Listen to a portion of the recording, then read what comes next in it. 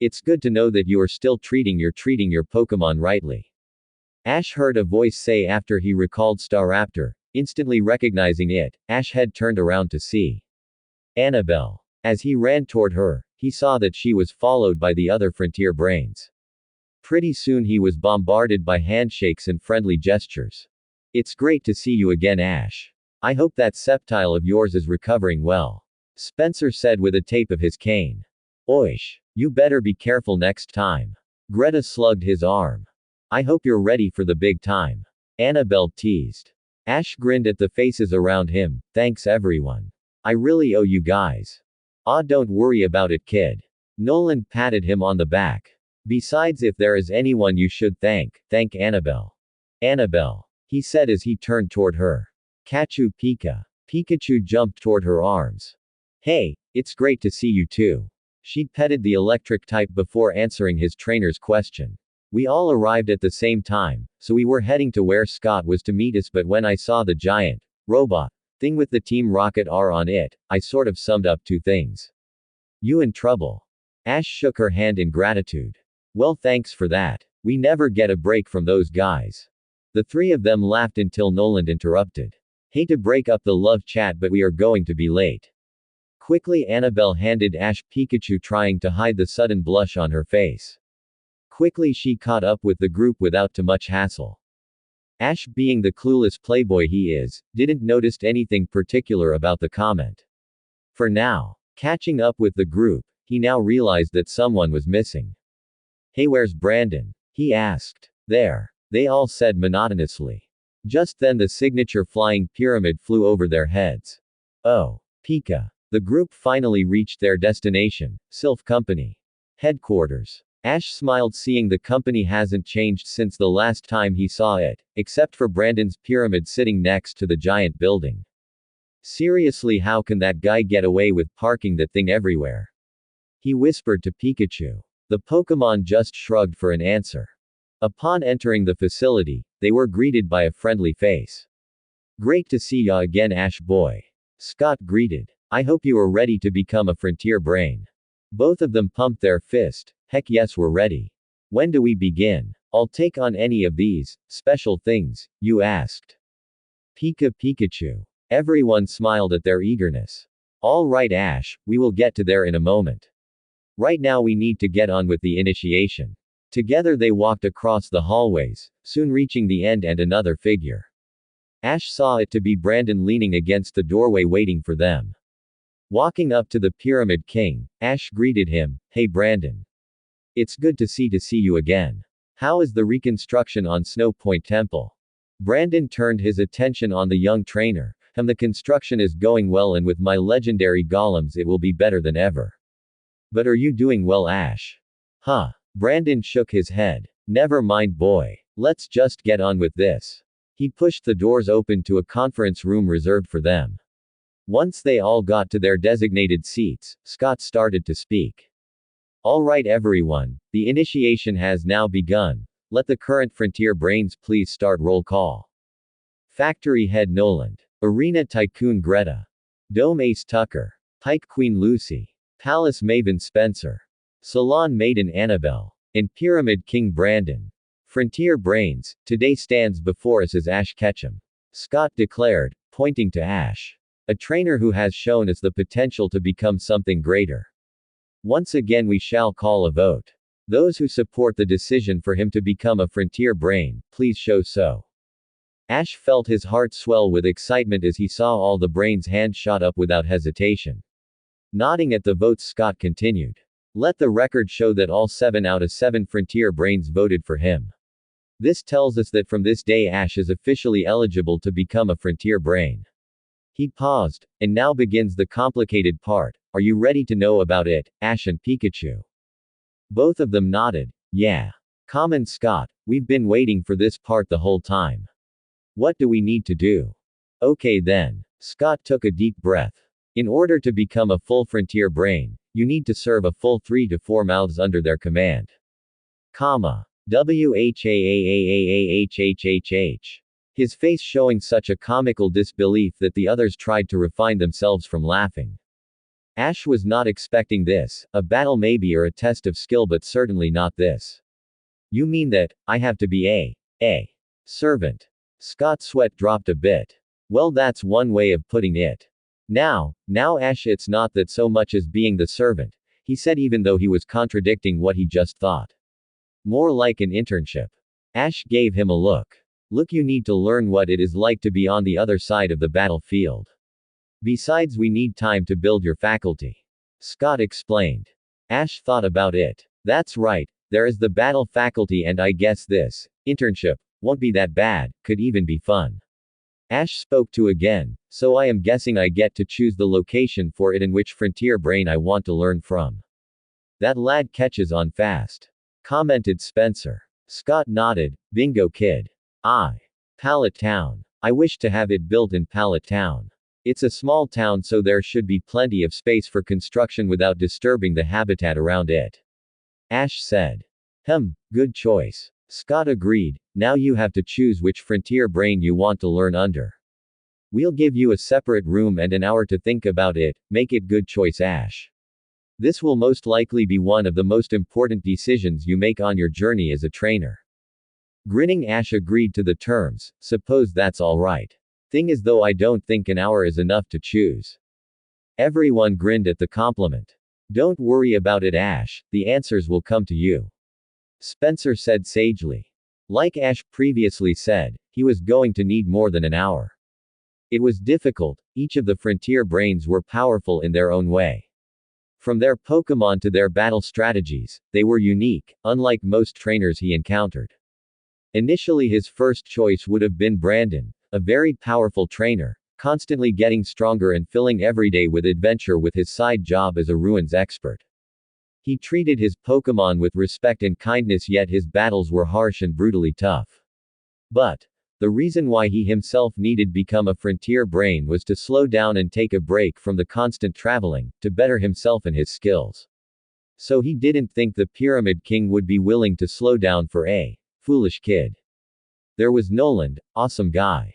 Fun to hang around with and a great compassion for Pokémon to boot. The factory head seemed to know his way around the battlefield. Noland would be a blast to train under with all his tricks up his sleeves. However, Noland was a bit of a technical person, his machines tried to kill him too. Tucker. No. Greta was a sure good sport. Ever going, ever training. She would be perfect for improving himself and his Pokémon. On the other hand, the training was supposed to be more than just getting themselves stronger. There was also the fact that he didn't want to spend all 3 mouths in a full body cast, oish. Or ouch. Lucy. No. She's a great trainer and all that, but he didn't like the fact that she didn't teach her Pokémon how to defend themselves. That's good for her style but not his. And there was also her women posse. He shuddered. No. Then there's Spencer. Someone that old was bound to know lots about Pokémon, battling and a whole lot else. And truly he loved the way the old man battled, the feeling of the jungle air burning his lungs as both their Pokémon fought in their natural element. Then again, he didn't know how long Spencer could keep doing that, and he rambled. A lot. Ash shook his head, conflicted at the choices. Pikachu. He called for his friend from the other side of the table. Pi. Pikachu hopped up from his seat. Hi Pikapi. Pikachu felt concern for Ash, their time was almost up. He could tell that his trainer had been thinking about this deeply.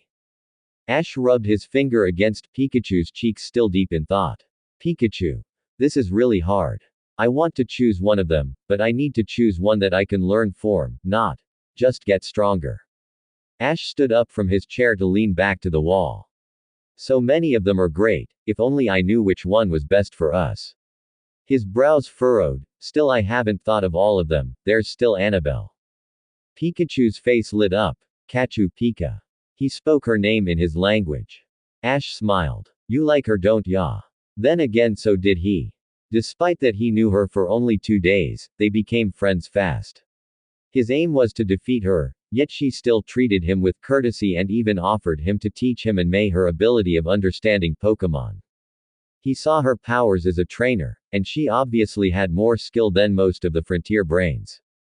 Yeah, she could defiantly be a great teacher. She even the same age as I, which could help her relate with my Whatcha think, buddy? Meanwhile, at the conference room, the Frontier brains were catching up with each other. Mostly they talked about what they were going to do when the battle frontier starts up in almost 4 months. Plus they described on what training methods if Ash ever picked one of them. Scott was currently chewing out. I mean talking with Noland about his little habit when he is supposed to be doing his paperwork. When he left Noland a quivering wreck, he spotted Anabel leaning with her back toward the wall. She was not really interacting with anyone, instead fiddling with her hat, deep in thought. He walked up to her saying, "Hey, excited for our new brain?" Anabel snapped out of her thoughts and grinned. "Yeah, this will be an interesting year. Can't wait to see what he's got for our challengers." Scott quirked his eyebrow at her. "Oh, focusing on what happens after the 3 months after, are we? I thought you would be ecstatic that the fact that there is a possibility that he might pick you. And maybe then, I don't know, confess a certain something to a certain someone." Anabel's eyes widened at his statement but quickly covered it up. "I don't know what you're talking about," she said coolly, her voice not betraying her feelings. "Sure you don't." Scott smiled. Anabel might be good at hiding her emotions from most people but not from him. He knew all her quirks. "Everyone gather around. Our favorite trainer shall be making his arrival to us all," Tucker declared, pointing to the clock. Not missing a beat, Ash, with Pikachu back on his shoulder, entered through the doors. "So Ash, have you made your choice?" Scott asked. The two nodded. "Yeah, it took a while but both of us finally decided." Ash took one last look at Pikachu.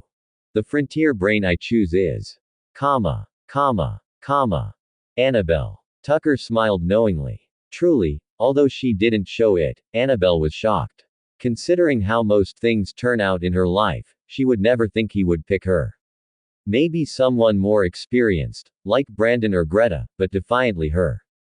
On the other hand, the frontier brains were greatly pleased on the choice. It would be good for her in both her life and in her ability as a frontier brain. A wide grin appeared on Scott's face. This was going to be interesting.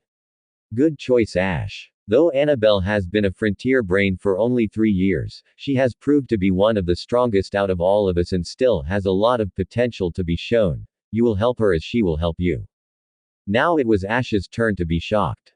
She's only been in the battle frontier for 3 years. That means she joined when she was just 11. I knew she was tough but she could be out of my league. Anabel walked up to him, her extra scenes detecting Ash's emotions that he was feeling right now. Excitement, joy, uncertainty, and something else. Something negative, almost like fear. She was so focused on the emotions that she almost missed Ash talking to her. "I'm really excited about this. It was a hard choice but Pikachu and I believe that this will be great." "Pika Pika." Pikachu agreed before jumping in her arms again. Ash smiled. "Pikachu is the one who really helped me pick you." "He did he?" Anabel asked. She hugged the electric type closer, earning a squeal of delight from him. "Why thank you, Pikachu. I'll be sure to help you to the best of my ability." "Pikachu Pika Pikachu Pika. Really? Then I will keep that in mind. I'll be sure to help him get out of that slump." Ash rose an eyebrow. "Don't get in what?" he asked, assuming they were talking about him. His assumption was proven right when the salon maiden said, "Oh, just something about a certain trainer being more emotional than an angry Aggron." Ash glared at Pikachu. "You know there's a reason why people aren't supposed to understand other trainers' Pokémon." Scott came from behind them, slugging his arms around both Ash's and Anabel's shoulders. "This is it for both of you. Now, go out and show not only me but all of us that you can become a frontier brain." Next day, when Ash woke up, he realized that he was not in his room. Panicking, the trainer quickly got up, ignoring Pikachu yelling at him for disturbing his sleep. He quickly looked around his surroundings. Unlike the cramped, slanted, cluttered with knickknacks bearings of his room, this one was clean and posh, with a white smooth floor and a window that filled it with light. "What? Huh? Where is my room? Wait, yesterday, that's right, I'm in Anabel's house now." Flashback. "Whatcha thinking about Ash?" Anabel asked when they left Sylph Co. It was only just midday when the meeting ended. Ash was currently looking down and Pikachu was in Anabel's arms. Nothing much. Just what happened? It all went by a lot faster than I thought. He said, looking up. Oh, that's normal. Happened with me too. She started to pet Pikachu. Ash put an arm behind his head. Yeah, I keep forgetting that you went through it as well. Man, if I didn't know any better, I would have thought you were always in the battle frontier by the way you're so casual about things. Pikachu spoke up to him. Hi Pikachu. Pika Pai Chu Kachu. Anabel smiled. What did he say? Ash asked, wanting to hear his partner's speech. Anabel smiled. Thanks Pikachu. He's saying that despite of that you two are going to have a blast with me. Ash smiled. Figured something like that. Like I said, Pikachu, one of the main reasons that I picked you. She looked at Pikachu then back to him. You've gotten better at understanding your Pokémon since the last time we met. This caused the trainer to smile again. Thanks, but it's nothing compared to what you do. It's pretty awesome that you understand what Pokémon are saying. Little did he realize that his compliment had an unknown effect because Anabel was currently struggling to keep down a blush rising to her cheeks. She turned away slightly to hide it. Thank you Ash, but it's nothing more than an empathetic ability. She tried to keep her voice calm. He shook his head. Then that's some ability. Getting uncomfortable with the discussion, she changed the subject. Is your flying type alright now? Staraptor. Yeah, that Team Rocket fiasco shook him up a bit, but now he's in tip-top shape. Why do you ask? She took out one of her own poke balls from her belt. We're flying, of course. How do you think I got here so fast? Battle frontiers are needed to get around quickly at any moment. It's standard procedure Ash. Ash didn't answer when she threw it in the air.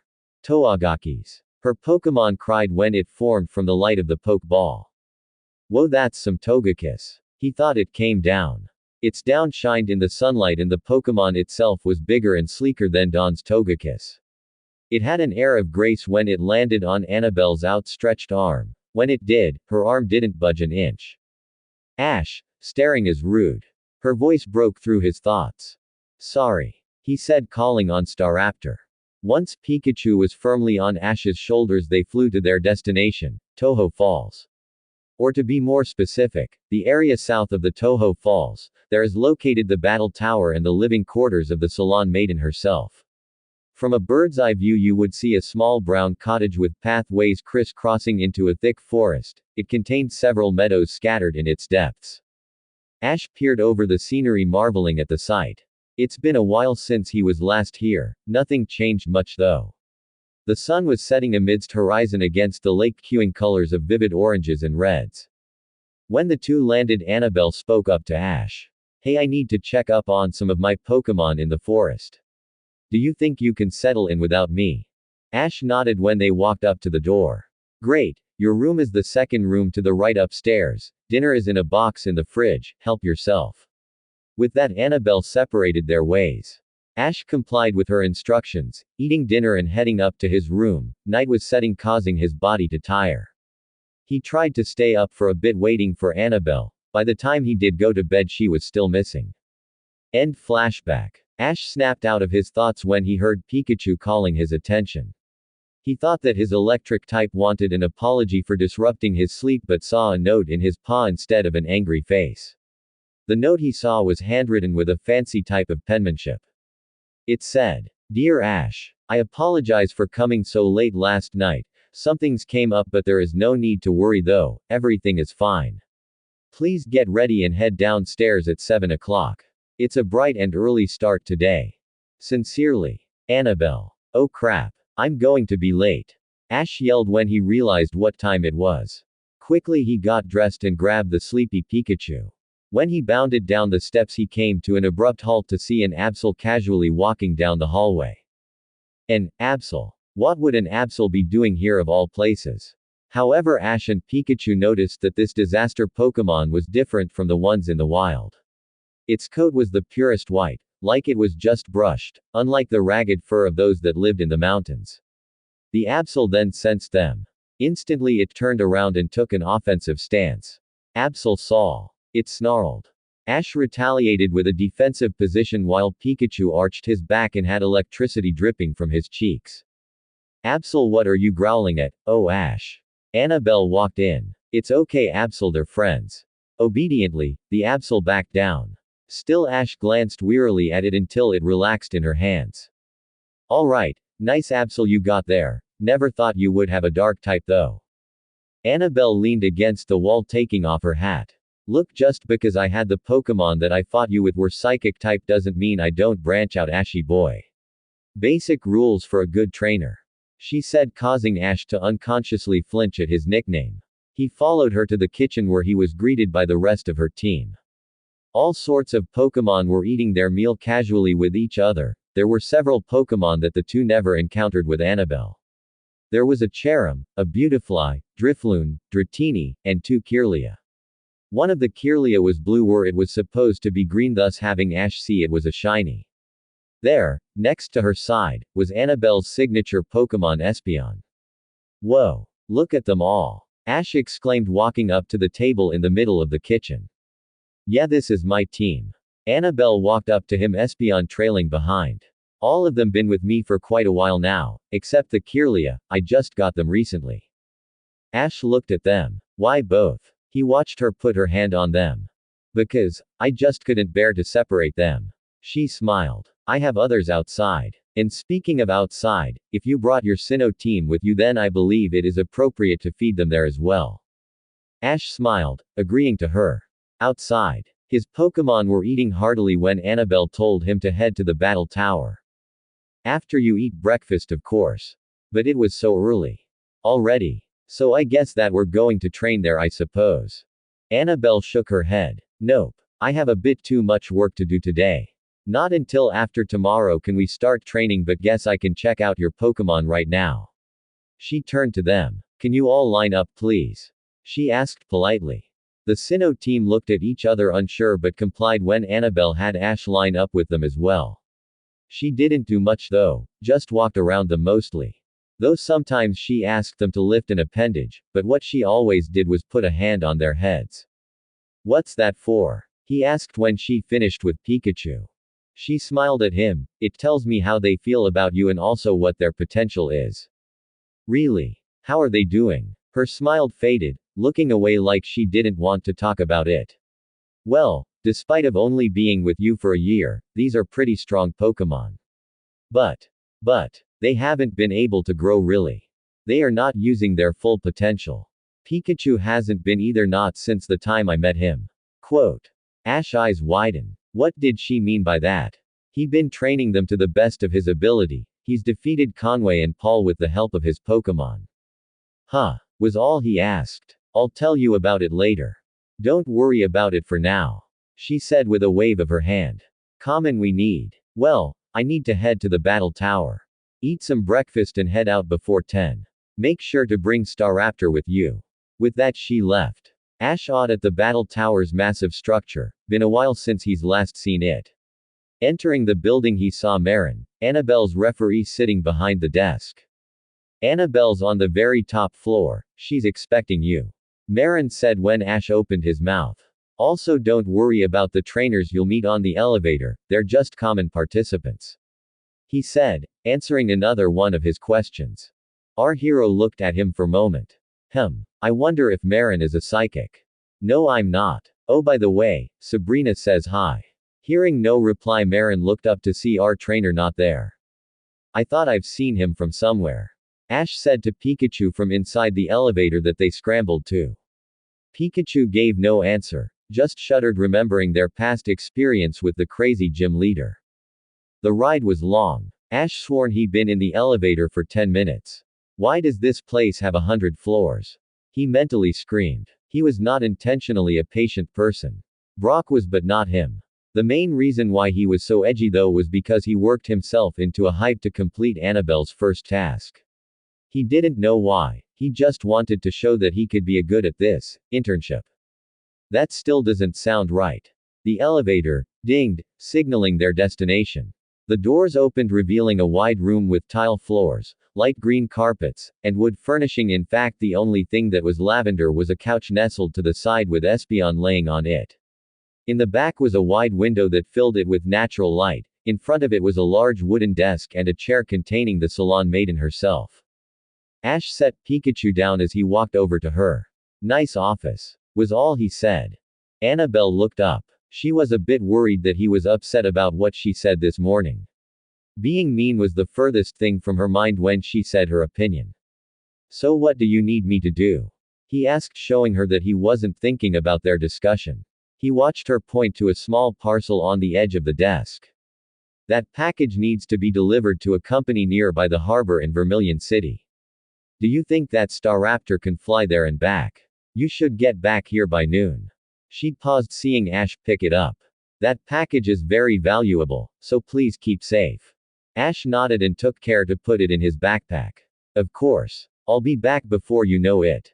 Pikachu, come on, faltered, seeing Pikachu fast asleep on the lavender couch. The trainer raised an eyebrow. You know what? I'll just take Weasel inside a secret base. You idiots. A voice echoed in the hallways of an unknown location.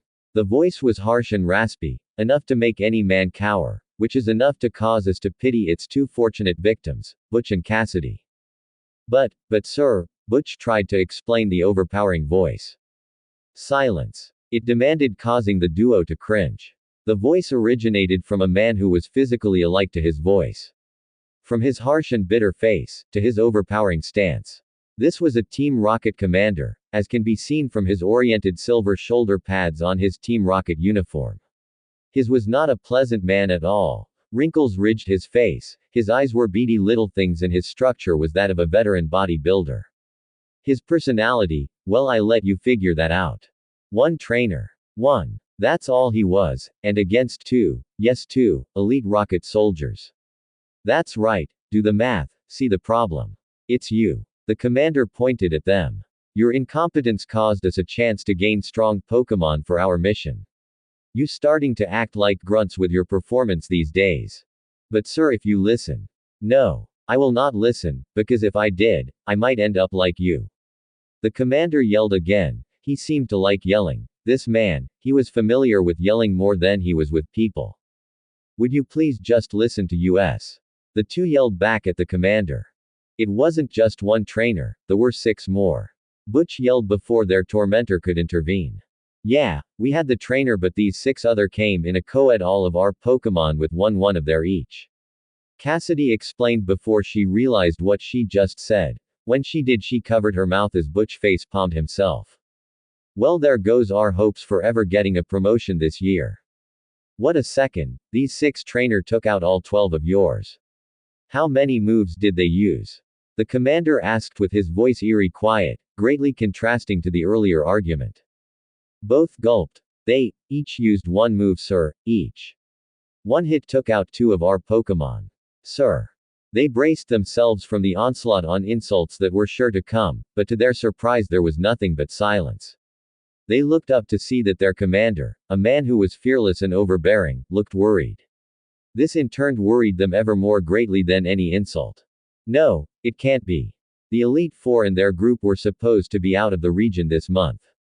If they suspect our plans, then they're ruined. The commander thought. Were they part of the Elite Four? He asked the soldiers, fearing for the worst. But to his surprise, and great relief, the two denied this. Actually, they called themselves Battle Brains or Frontier something. Butch said. I really don't remember, I was kinda mad at the time. But the commander paid no heed to the last part. Is this a new group, and if so, what could this do for our plans? I will have to tell Giovanni about this. The man turned to the doe. Well, this is an unexpected outcome. You two, I have a new mission for you. Butch and Cassidy snapped to attention. Find all the information you can about this new group, all of it, and don't leave a detail out, and maybe I won't tell the higher ups about your follower. Yes, sir. They replied eagerly, knowing perfecting well what would happen from the threat.